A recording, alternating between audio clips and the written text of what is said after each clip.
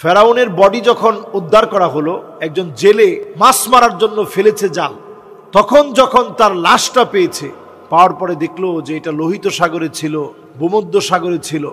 এরপরে সেখান থেকে এসে মিষ্টি পানির ভিতরে, মানে সমুদ্রের পানি না, লোনা পানি বাদ দিয়ে মিষ্টি পানির মধ্যেও ছিল, কিন্তু তার ভিতরে যে এমন কিছু উদ্ভিদ ছিল যেটা কোরআনুল কারীমের আয়াত থেকে পরিষ্কার বোঝা যায় যে ফেরাউন সে বাঁচার জন্য কি পরিমাণ আকুতি মিনতি করেছে শেষ সময়ে। দেখুন, ফেরাউনকে আল্লাহ রাব্বুল আলামিন অনেক সুযোগ দিয়েছেন, সকল জালেমদেরকে আল্লাহ তাআলা সুযোগ দেন। জালেমদের মূলত যে বিষয়গুলোর কারণে আল্লাহ খুব বেশি পাকড়াও করেন, এর মধ্যে সবচেয়ে বেশি জালেমরা এত অহংকারী হয়ে যায়, স্বয়ং আল্লাহ রাব্বুল আলামিনের কথা তারা ভুলে যায়, প্রতিনিয়ত অহংকার করে। ওয়ামান ইআতামাদা আলা মালিহি ক্বাল্লা, জালেমদের প্রথম অহংকারের জায়গা হয় যে অনেক টাকা আমার, এটা ফেরাউনের হইছে। ওয়ামান ইআতামাদা আলা নাসি মাল্লা, জালেমদের 2 নাম্বার যে জায়গাটা তৈরি হয় যে আমার চারপাশে লোকজনের কোনো অভাব নেই, সব আমার লোক, সব আমার দলের লোক, এটা জালেমদের সব সময় জালেমরা মনে করত। ফেরাউন যেদিন মূসা আলাইহিস সালামকে শেষ আক্রমণ করতে গেছে, লক্ষ লক্ষ পুরুষদেরকে নিয়ে গেছে সাথে করে, মহিলারা ঘরের ভিতরে ছিল, আর যারা একেবারে চতুর্থ শ্রেণীর কর্মচারী আছে তারা ছিল ঘরের ভিতরে, আর সব সৈন্যবাহিনীকে নিয়ে গেছে। মূসা আলাইহিস সালামের চতুর্দিকে জালেমরা সেদিন ঘেরাও করে ফেলেছিল। সঙ্গী সাথীরা মূসা আলাইহিস সালামকে বলছিল, আজকে তো ধরা পড়ে গেলাম। মূসা আলাইহিস সালাম তিনি বলেছিলেন, কাল্লা ইন্না মাইয়া রাব্বি সায়াহদিন, কশিন কালেও নয়, অচিরেই আমার আল্লাহ পথ দেখাবে। সুবহানাল্লাহ বিহামদি। এই যে শিক্ষা শুরু হয়ে গেছে, জালেমরা যেখানে সব রাস্তা বন্ধ করে দিয়েছে ওইখানেই আল্লাহ সাহায্য আসছে। তো যখন ফেরাউন লোহিত সাগরের সামনে মূসা আলাইহিস সালামকে 3 দিক থেকে ঘেরাও করে ফেলছে, সামনে হচ্ছে শুধু সমুদ্রের ঢেউ আর পানি। মূসা আলাইহিস সালাম হাতের মধ্যে ছিল লাঠি, এই লাঠি দিয়ে আল্লাহ আঘাত করতে বলছেন। আঘাত করার পরক্ষণেই বিশাল রাস্তা হয়ে গেছে, ওই রাস্তা দিয়ে মূসা আলাইহিস সালাম পার হয়ে চলে গেলেন। আমরা অনেকে মনে করি যে এটা নীল নদে হয়েছে, না, নীল নদটা 10টা দেশের উপর দিয়ে প্রবাহিত হয়েছে ঠিক, কিন্তু এটা দৈর্ঘ্যের দিক থেকে অনেক লম্বা, 10টা দেশের উপর দিয়ে প্রবাহিত। প্রস্থের দিক থেকে এটা খুব বেশি বড় নদী না। মিশর যে অংশটা পেয়েছে এটা মোটামুটি আমাদের দেশেরই সাধারণ মানুষ পার হয়ে যেতে পারে, এরকম যারা একটু ভালো সাঁতার জানে সবাই কম বেশি পার হতে পারবে। কিন্তু লোহিত সাগরে আল্লাহ রাব্বুল আলামিন যে ডুবালেন, প্রমাণটা কি? সে আল্লাহর কাছে বলতেছিল, আমানতু আন্নাহু লা ইলাহা ইল্লাল্লাযী আমানাত বিহি বানু ইসরাঈল,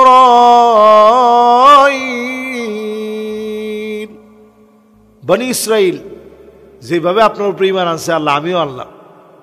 আল্লাহ পাক তখন বলতেছিলেন, আল-আন ওয়াকাদ আসাইতা ক্বাবলু ওয়া কুনতা মিনাল মুফসিদিন, এতক্ষণে তোর সময় হলো, এতক্ষণে তোর সময় হলো, তুই ছিলি জমিনের মধ্যে ফিতনা ফাসাদ সৃষ্টিকারী, তুই ছিলি জালেম, তোর আজকে আর কোনো ছাড় নেই। আল্লাহ তাআলা ধরলেন।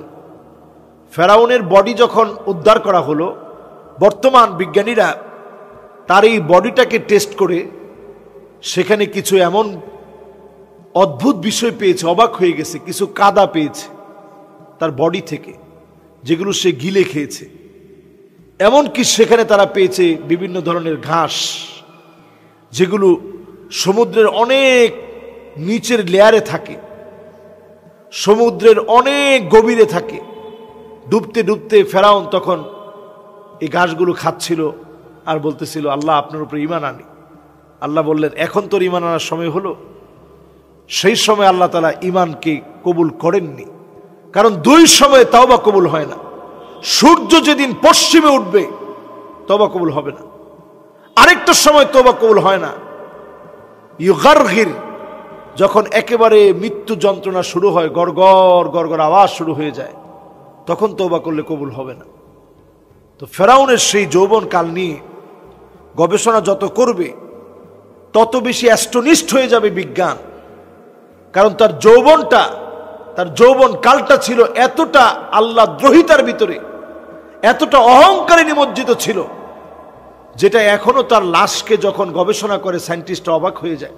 ওখানে অনেকগুলো মমি আছে যেগুলোকে সর্বনিম্ন টেম্পারেচার দিয়ে ওইখানে রাখা হয়েছে, কিন্তু ফেরাউনের মমিটা সম্পূর্ণ ভিন্ন রকম। আমি নিজের চোখে দেখেছি, সম্পূর্ণরূপে ভিন্ন রকম। ফেরাউন এটা হচ্ছে একটা গোষ্ঠীগত নাম।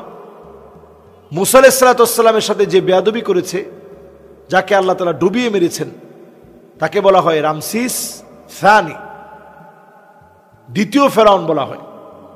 এই রামসিস সানি যে, এ হচ্ছে আমাদের কোরআনে বর্ণিত মুসা আলাইহিস সালামের প্রকাশ্য শত্রু। এই ফেরাউনকে রামসিস সানি বলা হতো। সেই হচ্ছে অবাধ্যচারণকারী আল্লাহদ্রোহী ফেরাউন। এই ফেরাউনকে আল্লাহ রাব্বুল আলামিন যখন ডুবায় মারলেন, আমাদের জন্য আজও নিদর্শন বানায় রাখলেন। এবং অন্যান্য মমিগুলো দেখলে দেখা যায় কোনো মমির ভিতরে চুল নাই, কোনো মমির দাঁতটা পড়ে গেছে, কোনো মমির বিভিন্ন অংশ খসে গিয়েছে, কিন্তু ফেরাউনের মমিটা এমন যার একটা চুল পর্যন্ত আল্লাহ রাব্বুল আলামিন এদিক সেদিক হতে দেয়নি। একটা সময় ফ্রান্স যখন এটাকে আবিষ্কার করে, যখন এটাকে গবেষণা করে অনেক কিছু আবিষ্কার করছিল, কয়েকটা চুল নিয়ে গিয়েছে। এই চুলটা পর্যন্ত আল্লাহ রাব্বুল আলামিন ধরা পড়ায় দিলেন। এটাকে আবার ফিরায় এনে এটা এখন কিন্তু আবার পুনঃস্থাপন করা হয়েছে। তার মানে হচ্ছে এই ফেরাউনের দেহ থেকে আল্লাহ রাব্বুল আলামিন একটা চুলকেও খসে যেতে দেন না।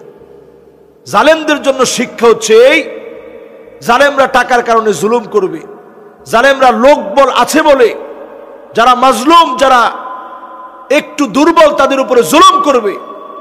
জালেমরা জুলুম করবে ওমান ইআতামাদা আলা আকলিহি দল্লা, মনে করবে আমি অনেক জ্ঞানী, এজন্য জালেমরা জুলুম করবে, আকল নিয়ে অহংকার করবে। জালেমরা জুলুম করবে ওমান ইআতামাদা আলা সুলতানিহি যাল্লা, মনে করবে ক্ষমতার চেয়ার একবার পেয়েছি, এই ক্ষমতা জীবনে কেউ ছিনিয়ে নিতে পারবে না। এরকম বহু জুলুম জালেমরা করবে। আর এই জালেমদেরকে আল্লাহ টেনে হিচড়ে নামাবেন। আমাদের জায়গা হচ্ছে ওয়ামান ইআতামাদা আলাল্লাহি ফালা কাল্লা ওয়ালা মাল্লা ওয়ালা দাল্লা ওয়ালা যাল্লা, যদি আল্লাহর উপরে আপনি নির্ভর করতে পারেন, ভরসা করতে পারেন, কোনো ক্ষমতা আপনাকে কোনো ভয় দেখাতে পারবে না, কোনো টাকা আপনাকে শঙ্কিত বানাতে পারবে না, হারাম কোনো উপার্জন আপনার পেটে ঢুকবে না। মানুষের অনেক লোকবল আছে বলেই আপনি ভয় পেয়ে যাবেন না। এই হিম্মত আসবে তখন আল্লাহর উপরে যখন ভরসা করবেন। জালেমদেরকে, বর্তমান জালেম সহ সারা দুনিয়ায় যত জালেম আছে সবার জন্যই শিক্ষা নেওয়া উচিত। ফেরাউনের লাশ দেখে, এই লাশকে যিনি অক্ষত অবস্থায় রেখেছেন, আল্লাহ রাব্বুল আলামিন বুঝায় দিচ্ছেন যে ফেরাউনকে যেভাবে আমি অক্ষত রেখেছি, তোমাদেরকে যারা জালেম ঠিক যেভাবে ফেরাউনকে ডুবায় মারছি, তার নাম নিশানা নিলেই মানুষ যেমন এখনো যেমন ঘৃণা মানুষের অন্তর ভরে যায়, ঘৃণা ভরে যেমন মানুষ তাদের নামটা নেয়, ফেরাউনের মতো জালেম যারা হবে তাদের নামটাও ঘৃণা ভরে মানুষ নেবে। মাআযাল্লাহ, আল্লাহ আমাদেরকে জালেম থেকে হেফাজত করুক। নবীজি সাল্লাল্লাহু আলাইহি সাল্লাম বলতেন যে জালেম যে, তার জন্য তারে তুমি বোঝাও। কেন বোঝাও?